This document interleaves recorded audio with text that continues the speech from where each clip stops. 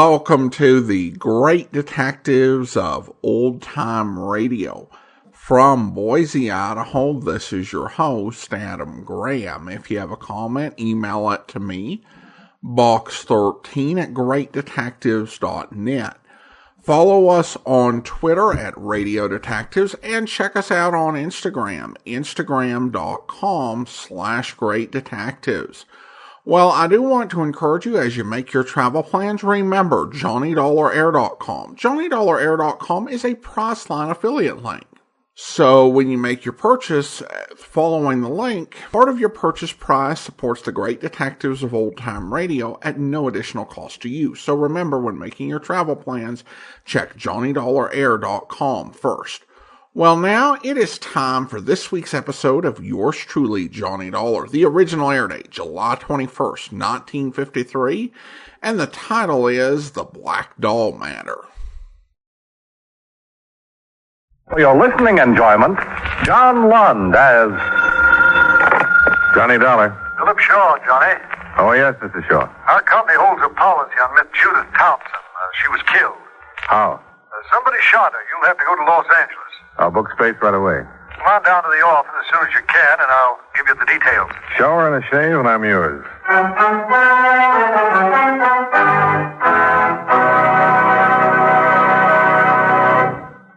We'll return to our program in a moment. But first, I'd like to say a few words about jamming. And I don't mean Mother's Preserve. During wartime, it has frequently been the practice of an enemy country to jam our radio communications. That is, to cut into our broadcasting with broadcasting of their own so that our radio messages cannot be received with any degree of clarity. There was a time when our civilian radio broadcasts were jammed too, unintentional though it was. As you can imagine, it was quite a mess, and still could be. Can you imagine what would happen today if there was no coordination among our many radio and TV stations, or if the telephone companies didn't cooperate? When radio broadcasting first began in our country, each station chose its own call letters, power, and spot on the dial. It wasn't long before 2 or 3 stations would try to come in on the same spot, and the poor listener couldn't understand a thing he heard. So, to get things organized, the Federal Communications Commission was born. Licenses were issued to each station and to qualified operating engineers.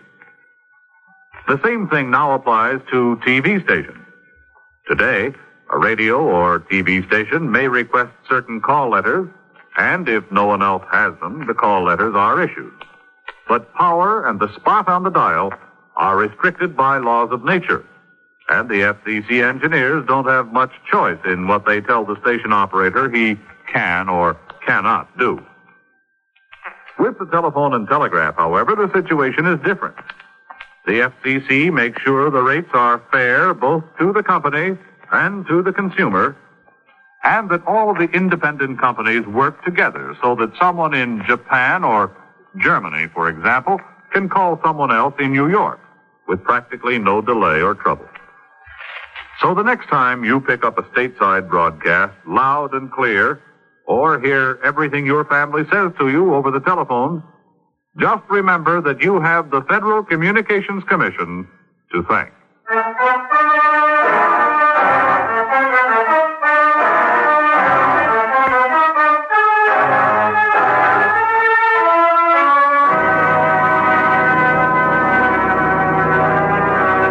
Account submitted by Special Investigator Johnny Dollar to Home Office, National All Risk Insurance Company, Hartford, Connecticut. The following is an accounting of expenditures during my investigation of the Black Doll matter.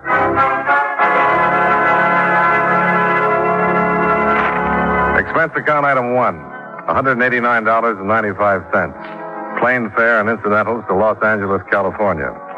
I arrived at 10 o'clock the morning of the 12th and went directly to Hollywood, where I registered at the Wentworth Hotel. Then proceeded to Central Division Homicide and Lieutenant Brickford. Got a teletype this morning that you were coming, Dollar. Supposed to give you all the help I can. Well, I'll be glad to have it. Can you tell me something about the dead woman? Well, shot once with a .38 in the chest. Killed between 1 and 2. Night before last. Any suspects? We've been checking on the people she knew. Talked to several of them. Couple, Mr. and Mrs. Lyon, a girlfriend, Miss June Fisher. She'd seen her during the day, but can't tell us very much. The Lyons hadn't seen her for several days. They couldn't give us any reason why someone might kill her. We've got some more names we've got to run down. Boyfriend, William Carnes. Works for Timken Aircraft. And test pilot. Girlfriend says Carnes and the dead girl started seeing each other about 2 weeks ago, but she didn't believe it was anything particularly serious. She was killed in her apartment. Yes. Killer entered by a back door, ripped the screen, but wasn't robbery. Nothing was touched. Somebody just walked in and killed her. Yeah, that's the way it looks. Lab hasn't come up with anything that'll help so far. No prints. They got the bullet, but we need the gun. What did she do that night? Well, that's something we still got to find out. We're pretty sure she went out. There were some clothes on the chair, slacks and a coat. Wouldn't wear the coat around the house. What about this boyfriend? I was going out to talk to him this morning. I wanted to check on him first. Pilot in the last war. Went to work for Timken right after he was discharged. Seemed like a pretty solid citizen. A lot of citizens are pretty solid until they kill somebody. Yeah. Well, you want to run out in the field with me?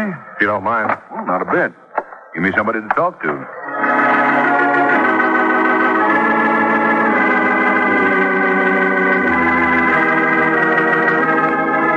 25 minutes later, we were driving through the gate at Timken Aircraft.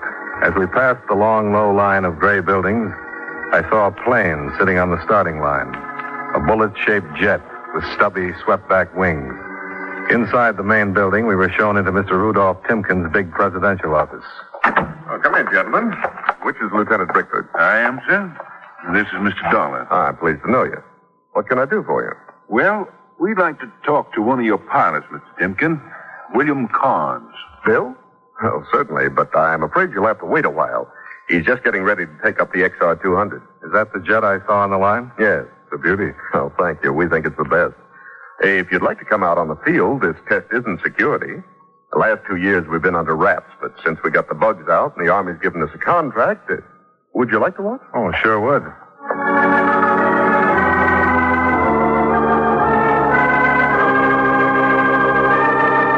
Timken took us out in the field, and we watched the jet take off and climb toward the west. It circled, climbing till it was out of sight. We kept watching and waiting. A cool breeze was coming in from the ocean, and the sun was warm on our faces. Finally, we saw it. Here he comes. Can't even hear him. He's traveling faster than sound. So do you fly, Mr. Dollar? Only when I've got an expense account. How fast would you say he's going? You'd be very surprised, Lieutenant. Even the Army was.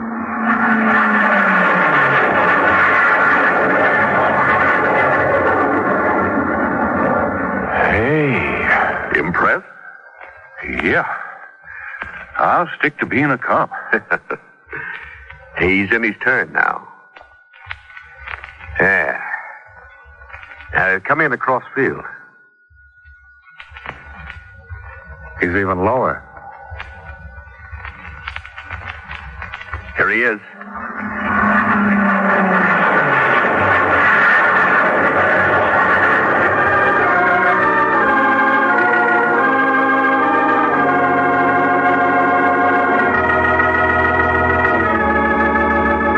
On the field until William Carnes landed the plane. Then we went back to Timken's office. The president of Timken Aircraft gave orders for Carnes to report as soon as he could, and about 20 minutes later, the young pilot was shown in. Timken introduced us and then left. What can I do for you, Lieutenant? Just a few questions. Do you know a Miss Judith Thompson? Yeah, what's wrong? She's dead. Somebody killed her. Killed her? Don't you read the papers, Bill? Yeah, well, usually, but I've been so busy the last couple of days. She was killed night before last. What did you do night before last? Stayed home. Any way of proving that? Well, no, I live alone. I just stayed in. You don't think I killed her? You've known her for about 2 weeks, haven't you? Yeah, I guess it's been about 2 weeks. She's a nice kid, awfully nice kid. Sorry about it. And you stayed home the night of the 10th? That's right. All night? Well, you'll find out sooner or later. No. I was with her. I took her out the night of the 10th, and I knew she'd been killed. But look, honest, I had nothing to do with it. Why'd you lie about it? Because I'm married. No, we're not living together. We're separated. My wife's living in Chicago now with her folks.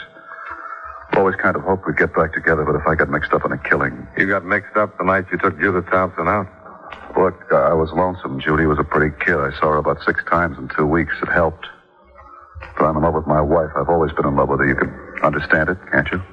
Sure. The night of the 10th, where did you and Judy go?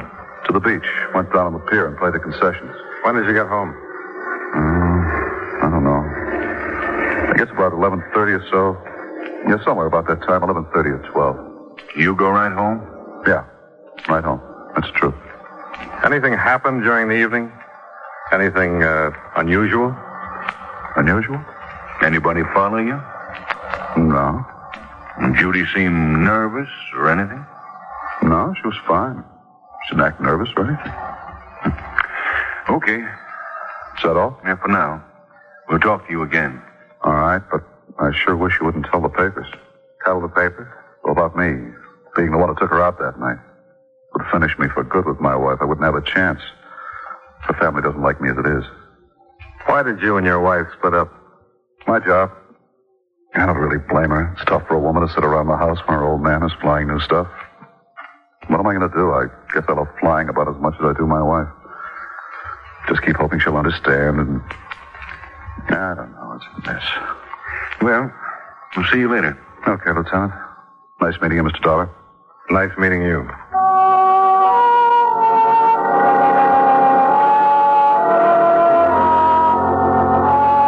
We left Carnes sitting in the big office and located Timken. We thanked him for his cooperation, then went out to the car. We were about to drive away when Bill Carnes ran out of the building. Wait a minute. Yeah. Just thought of something. Yeah? What is it?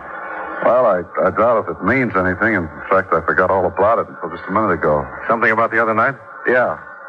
When we were down on the pier on the pike, playing the concessions, I down there had a fight. Fight? Yeah, at the shooting gallery. I spent about $2 knocking down pipes and winning coupons. When I got done, Judy wanted one of the dolls, the plaster prizes. Yeah. This was a big black one, about this big.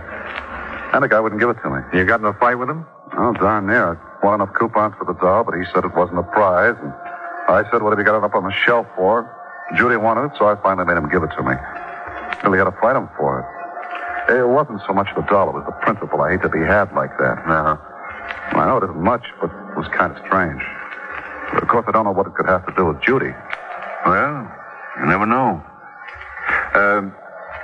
She'd take the doll home with her? Well, yeah, sure. And a lot of other things we won, this kind of junk. Okay, Bill. Thanks a lot. Sure. See you later. Yeah. Bye. So long.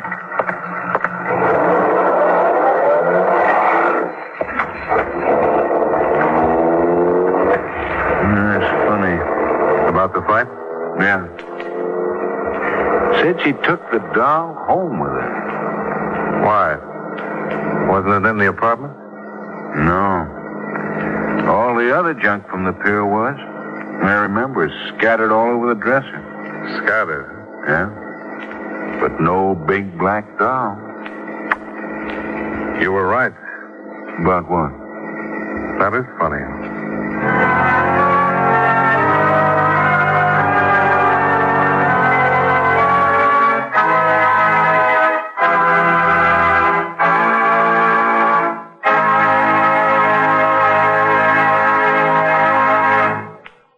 You know, many great men have attained the highest office in our land, the presidency of the United States.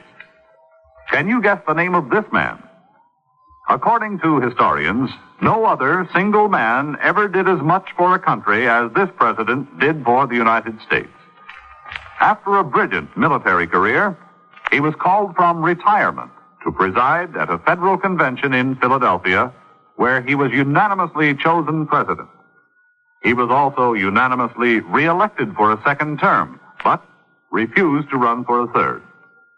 Although a Federalist, he named a man from another party, Thomas Jefferson, as Secretary of State. If you don't have his name by now, here are two more clues. During his presidency, the cotton gin was invented and the first census was taken. Who was he? George Washington, first president of the United States. His life is part of your American heritage.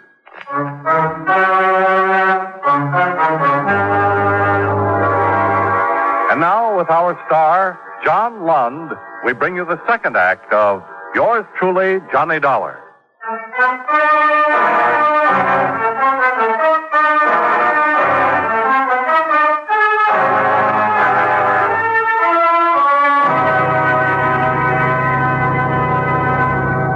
Lieutenant Brickford drove across town to the dead girl's apartment just off Franklin Avenue in Hollywood. A uniformed cop was still staked out at the door. He gave Brickford a casual salute as we let ourselves in. Yeah? Body was here. Shot from where? From over here.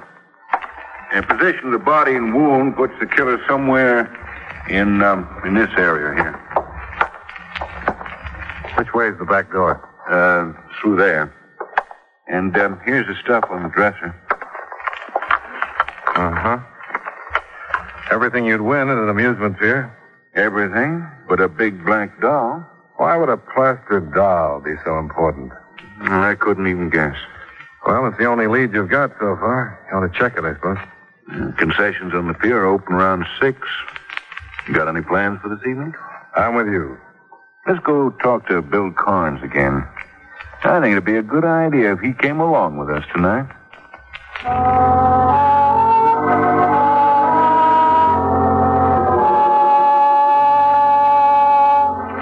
We left the dead girl's apartment and drove back across town to Bill Carnes' home near the Timpkin Aircraft Factory. Bill met us at the door and showed us into an attractive living room. Did you find out any more about Judy? Not yet. We'd like to know some more about your argument at the pier. Well, I told you just about everything. It started over the doll. That's right. You're sure Judy had the doll with her when she went home? Well, yeah, I'm positive. Saw her take it into the house, had her arms full of that stuff we want. The doll was the biggest of the bunch. You can't remember anything unusual about the doll? Unusual? No. No, just a big black doll about this big, holding an ashtray. You'd know this guy again? Oh, sure, I'd know. He runs a concession. At least he was the only one there. Well, can you go down with us tonight? To the pier? Yeah.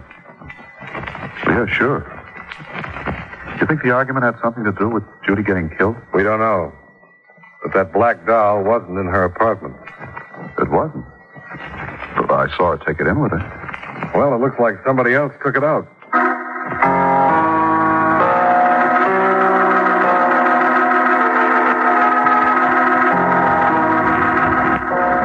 Expense account item 2, $14.55. Dinner for Brickford, Carnes, and myself. A short drive later, we pulled into the big parking lot on the amusement pier. As we got out of the car, the roller coaster reached the top of the first dip high above us and started down.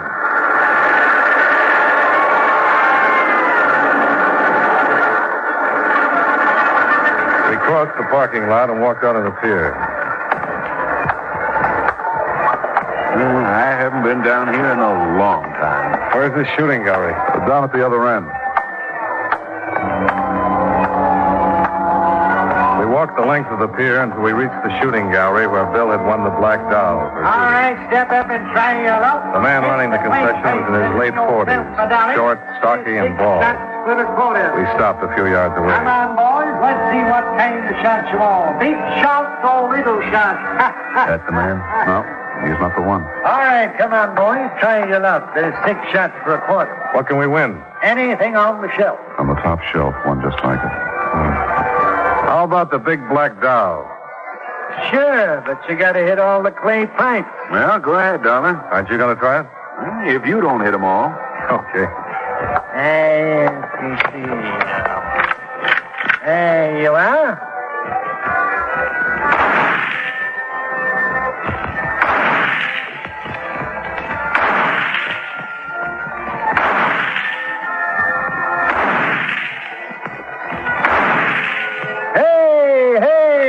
That's good shooting.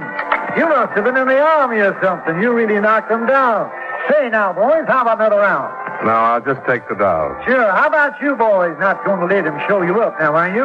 You already did. Another round and you can win a carton of cigarettes. Just the dough. Okay. There you are. The way you shoot, you could win anything I got here. You the only man who runs this place? Yeah, why? You weren't running it 3 nights ago. Oh, what do you mean? A taller guy, younger than you, nasty disposition. He was here then. Oh, you mean Charlie? If that's his name. Yeah, he just worked for me. Where is he? Why, what's with the examination? We just want to know where he is. Oh? Are you a cop? Why? Well, you act like a cop. You win yourself a dolly. Where is he? I don't know. He quit When did he quit? last night. What's his full name? Charlie Gilbert. Where can we find him? I don't know. He worked for you and you don't know where he lives? That's right. I gave him a job one night. Didn't ask him where he lived. Why did he quit? How do I know? He just quit. Said he was through and took his pay. Ain't nothing illegal about that, is there? You ever been arrested? Me? You. No. I want you to tell me everything you know about Charlie Gilbert.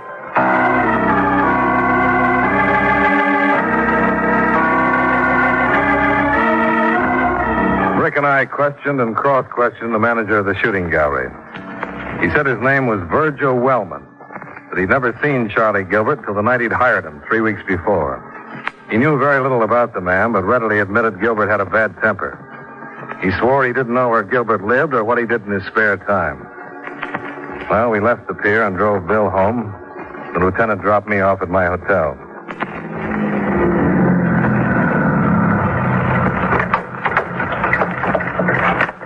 Oh, thanks. Thanks for the dinner. What happens now? Well, get some sleep and try to find Gilbert. Well, you got a pretty good description. Yeah. I'll put out an APB and check the mugs. Just might have a record. I'm going to check on that guy at the shooting gallery, too. I think I've seen that face somewhere. What are you going to do with the doll? Have the lab look it over. Bet you don't find anything. Then I'll give it back to you. You want it. Gee, thanks. It's just what I always wanted. Good night. Good night.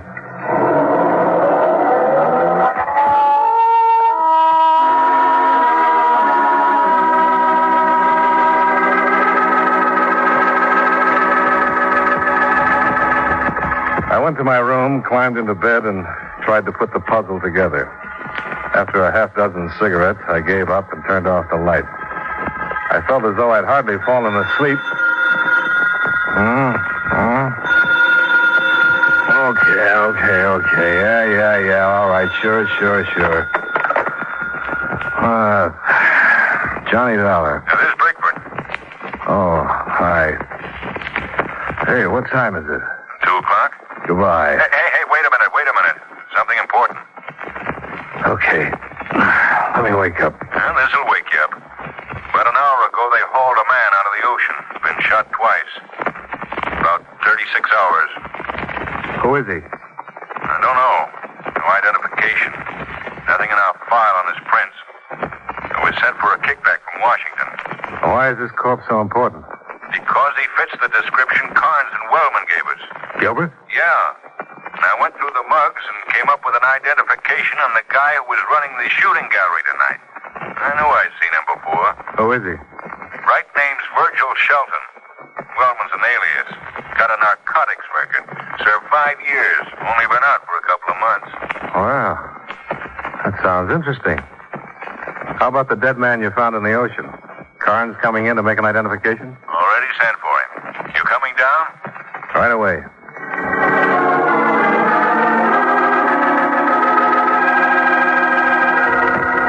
Expense account item 3, $2.60 cab fare to the city hall, where I went directly to homicide and Lieutenant Brickford. Carnes had not yet arrived, so Brickford showed me the mug and record on the shooting gallery owner, then took me down to the morgue. The man they'd pulled out of the sea certainly fitted the description of Gilbert. Shortly afterward, Carnes was shown in to make the identification.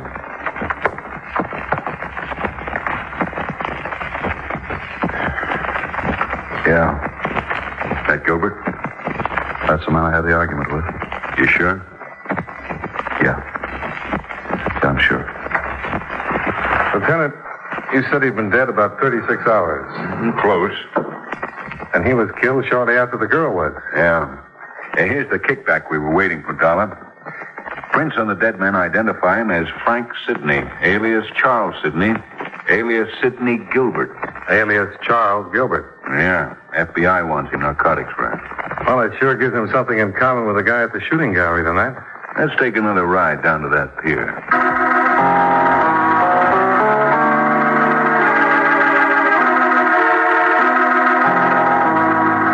Well, we had our first positive connection.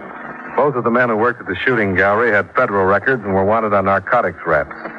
Now all we had to find out is why the girl was killed, who did it, and how did the missing black doll figure. Bickford told Sergeant Hardy to take Carnes home. Then we went down in the garage and climbed into the lieutenant's car.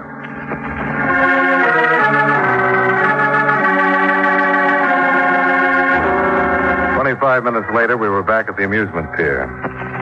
The concessions were all closed. The entire pier was dark except for a few work lights at the entrance. We walked to the shooting gallery and stopped. Could be a front. Yeah, it could. The lab find out anything about the doll? No, not a thing. Well, remind me to give it to you. Yeah, I'll tie a string around my finger. And let's take a look around back. You know, I got a hunch. About the doll? Yeah, probably the same one you've got. Suppose the doll Carnes had the argument about was supposed to be picked up by a particular party, expected about the time Carnes arrived. Yeah. That doll you won tonight's hollow. Big space. Could hold a couple of bindles. Nice way to pass the stuff, huh? Oh, hold it. Boat coming in at the end of the pier. Come on. Let's take a look. You got a gun? Yeah. Might just be a fisherman. Might, but I doubt it. Better take it easy. The boat was pulled up to a small landing where a ladder led down from a spot a few yards away from us. We got down on our hands and knees and crawled to the pier railing for a better look. Below us, we could make out 2 men in the boat and 2 on the landing. One of the men in the boat stood at the wheel while the other passed a large crate to the men on the landing.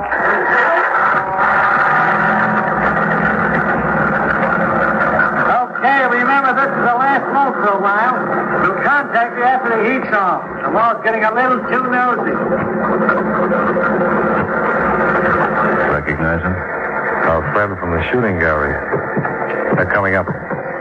Take it easy with the thing. Okay, hand it up. I'll take it. Okay.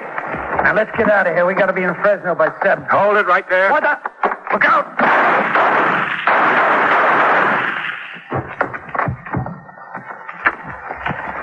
You okay?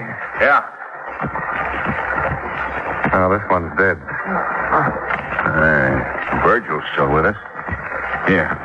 Take his gun for a second. I want to look in that box.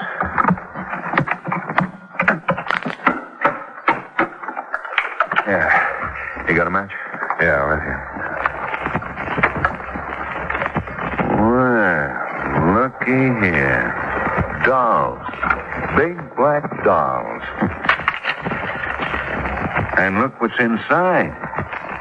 Mr. Dollar, looks like we've just cracked a king-size narcotics ring.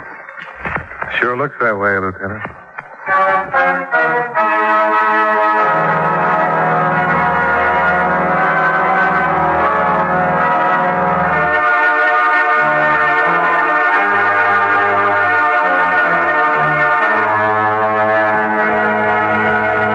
Virgil Wellman lived long enough to tell us the whole thing. Once a week, one of the big black dolls was passed through a pickup. The night Carnes had the argument was one of those times. Gilbert knew he couldn't take a chance on a fight that would bring the police, so he gave Carnes the doll, closed the shooting gallery, and followed. Judith Thompson surprised him in the act of stealing the doll, and he had to kill her. Virgil Wellman knew Carnes would be able to identify Gilbert, and with a murder, the police would be sure to investigate. So he killed Gilbert and dumped him off the pier.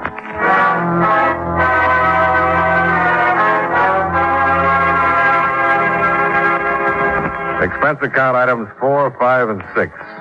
$260.50. Hotel bill, breakfast, and plane fare back to Hartford. Lieutenant Brickford drove me to the airport, thanked me, and gave me the big black doll I'd won at the shooting gallery. It looks awful, but it makes a fair ashtray. Expense account total, $467.60. Yours truly, Johnny Dollar. Welcome back. Well, this one definitely had a big Dragnet vibe to it in the way it approached the cases. Even that part where they were watching the test flight. It didn't really have anything to do with the case, but it was just something that they observed. You know, it was very much the type of thing that, in terms of style, that they would have gotten from Dragnet. The pilot's participation was really critical to being able to catch the criminals. Of course, it also does illustrate the problem with conditional cooperation with the police that many people have. It'll often be shown on many programs where someone will cooperate with the police, provided they don't go to the papers and publicize their private business. Usually this works out well. It's like when a reporter gets information off the record. They cannot quote the source, but if they can independently verify the information from someone else, they can report it. The problem in this case is that the pilot is the direct witness who participated in the victim getting the black doll in the first place. And really is probably the only one that can verify she even went to the show at all. So if this comes to trial, the pilot becomes a key witness. And that's bad news for his efforts to save his marriage. The good news for the pilot is there's no reason for this case to have any particular notoriety in the press. Although, who knows, if it's a slow news week, it might get more coverage than it might normally get. Would his testimony even make the newspaper? Would anyone his wife happen to know read the paper and let her know about it? Would they even make the connection? A lot of variables that he can't control, including the possibility that the case just doesn't go to trial. A guy like this in a state that had the death penalty might be open to making a deal. And if the prosecutor thought that the might be willing to cooperate with other drug dealers and prosecuting them, of course suppliers, then that might weigh in the decision. Or if the prosecutor was just aware that there was a risk of his own witness getting impeached. Regardless, at this point, how much information gets into the news and how big a role he's going to play in any potential trial is essentially out of the pilot's hands. But lest anyone think that the smart thing to do was not to cooperate, since they saw all of the other stuff other than the black doll there, they probably could figure out where she went. And then if they spent a few days or weeks investigating and found out he took her, then he would be going through the same thing, except he would be under suspicion for murder for a day or two and have some very unpleasant conversations. So while the episode didn't care much about this, I really am kind of curious about it. Alright, well now we turn to our Patreon supporter of the day. Thank you to Bruce, Patreon supporter since April 2019, currently supporting us at the Shamus level of $4 or more per month. Again, thanks so much for your support, Bruce. And that will do it for today. If you are enjoying this podcast on YouTube, be sure to like the video, subscribe to the channel, and mark the notification bell. Next Friday, Johnny Dollar will itemize another action-packed expense account. But come back tomorrow and join us for Tales of the Texas Rangers, where... It is 6 a.m., June 23rd, 1947. There is only one prisoner in the Live Oak County Jail. He is John Elliott Bascom, a notorious and dangerous gunman. In the anteroom connecting the jail with the sheriff's office, Deputy George Keaton dozes, snoring at the end of a long and uneventful night's duty.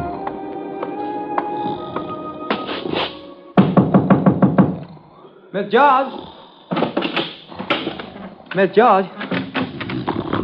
Oh, hello, Uncle Ben. You still here? Yes, sir. Yeah, but that prosecutor's office down the hall was powerful dirty. About ready to go along home now as soon as I hang up my mask, but I brewed this here coffee for you. Coffee. Put it here. She's hot, sure enough. Coffee. Uncle Ben, you're an angel. Don't know about that, Miss George. Ain't nobody else feed my wing. Just put the pot and cup in my closet when you're through. I'll take care of them when I come on tonight. Sure, thank you, Uncle Ben. Yeah, sir. Hey, jailer! What's the matter with you now, Bascom? Take a look. The cell floor's wet. Water's running all over. This jail may have all the comforts of home, but I wouldn't give you much for your plumbing. This building's so old, it's a wonder it doesn't all come apart. Valve must have stuck again. Water all over the floor. All right. I'll take it easy now. What a crummy joint. You keep back, Bascom. Don't worry. You can do the waiting. I'm not putting my feet down in that water. Stay there in your bunk. I'll see what's the matter. Let's see what's wrong with it. Why, your undershirt's stuffed in the drain. Yeah. Give me a gun. Give me a gun. No, I'm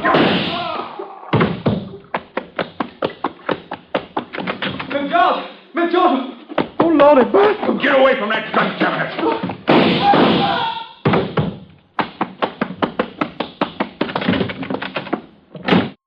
I hope you'll be with us then. In the meantime, do send your comments to box13@greatdetectives.net. Check us out on Instagram, instagram.com/greatdetectives, and follow us on Twitter @Radio Detectives. From Boise, Idaho, this is your host, Adam Graham, signing off.